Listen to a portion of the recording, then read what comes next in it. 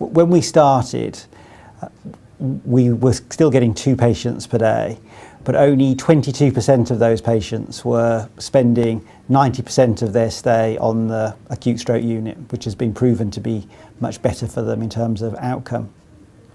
When we finished, that number was 80%, and we've managed to maintain that now for about 18 months.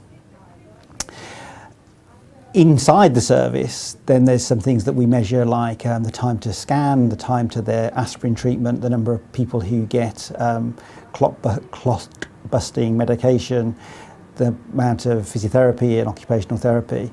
And on all of those measures, the proportion of patients hitting the defined audit standard went from about 50% to 100% consistently. So that was a huge step forward of the quality of care in the acute stroke unit. About 20% of our patients then go on to rehabilitation. And when we started, only 10% of our patients were able to access rehabilitation. Now that's 20. And the care that they got in the rehab unit was good, but they experienced really long delays to get back home. And if there's one thing that stroke patients say is the key quality measure for them, it's getting back home as soon as possible. And so we took their length of stay from 60 days to about 39 days, and there's still more improvement to be made, but that was a huge step forward. So whichever quality measure we use, we saw really striking improvements. And this is the strange bit.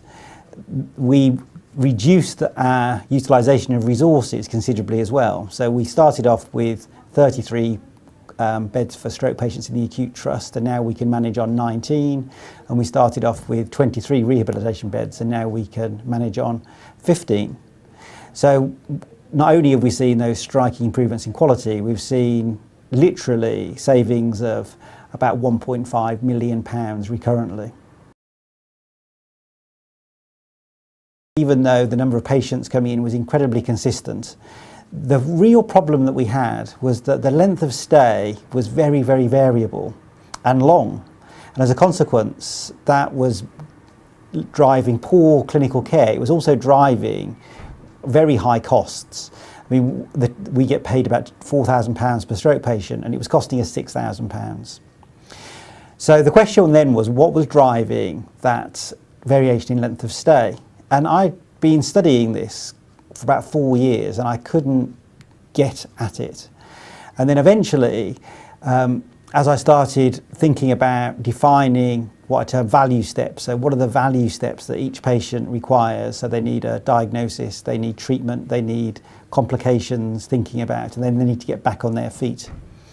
That was when I started to get my first clue as to what might be happening, because I thought, well, let's set myself a target for getting each of those steps right. And for the getting back on the feet step, I thought, oh gosh, that's going to be tricky.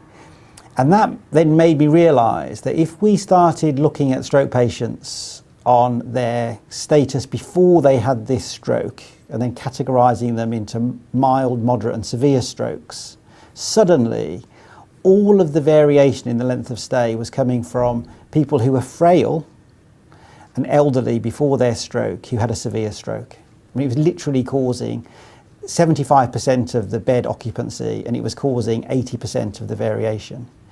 And I've been on that ward every day for 8 years now, and I would never have guessed that that was the key problem, and they were the key group of patients we needed to improve care for. So when we think about improving stroke services, which of course is a fantastic aspiration, there's a huge amount of emphasis on providing acute services, clot busting drugs, more technology. But it turns out that the highest leverage point for improving the resource utilisation of all the patients is to identify this small group of frail elderly patients who have a big stroke.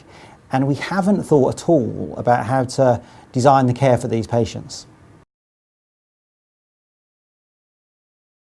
So when we sort of understood that, we went right back to the beginning, and we kind of thought, well, how can we design something that is more appropriate? And that's where we made a big change.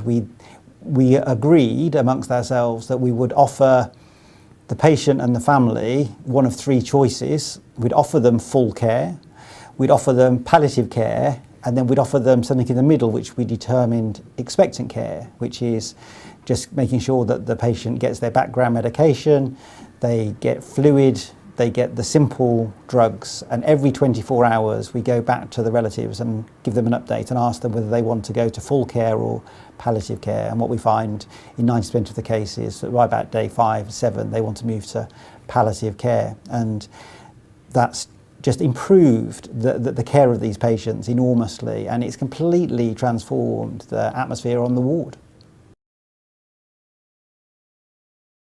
What I've realised is that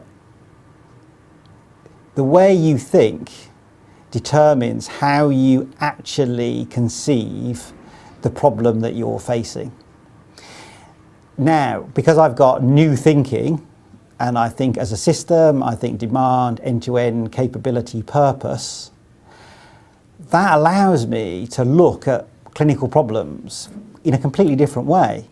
And it allows me to define empirical, genuine leverage points. It also allows me to explain my thinking to other people. It also allows me to kind of collect data that shows obvious potential benefit. It then provides natural measures to track as you do an intervention. And the whole of those sequence of actions leads to really compelling progress. Whereas if I think back to 8 years ago, I'd have been confused about each of those steps. So I wouldn't have been really clear about where my opportunity lay. I wouldn't have been clear about how to measure it. I wouldn't have been clear about what to track. And now with this new way of thinking about the same problem, things just make sense in a way that they just didn't before.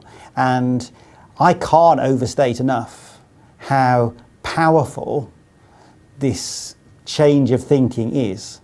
And I've applied the same thinking to every department across the hospital, and I can assure you that the potential improvement that could flow from application of this thinking to all of the departments is huge.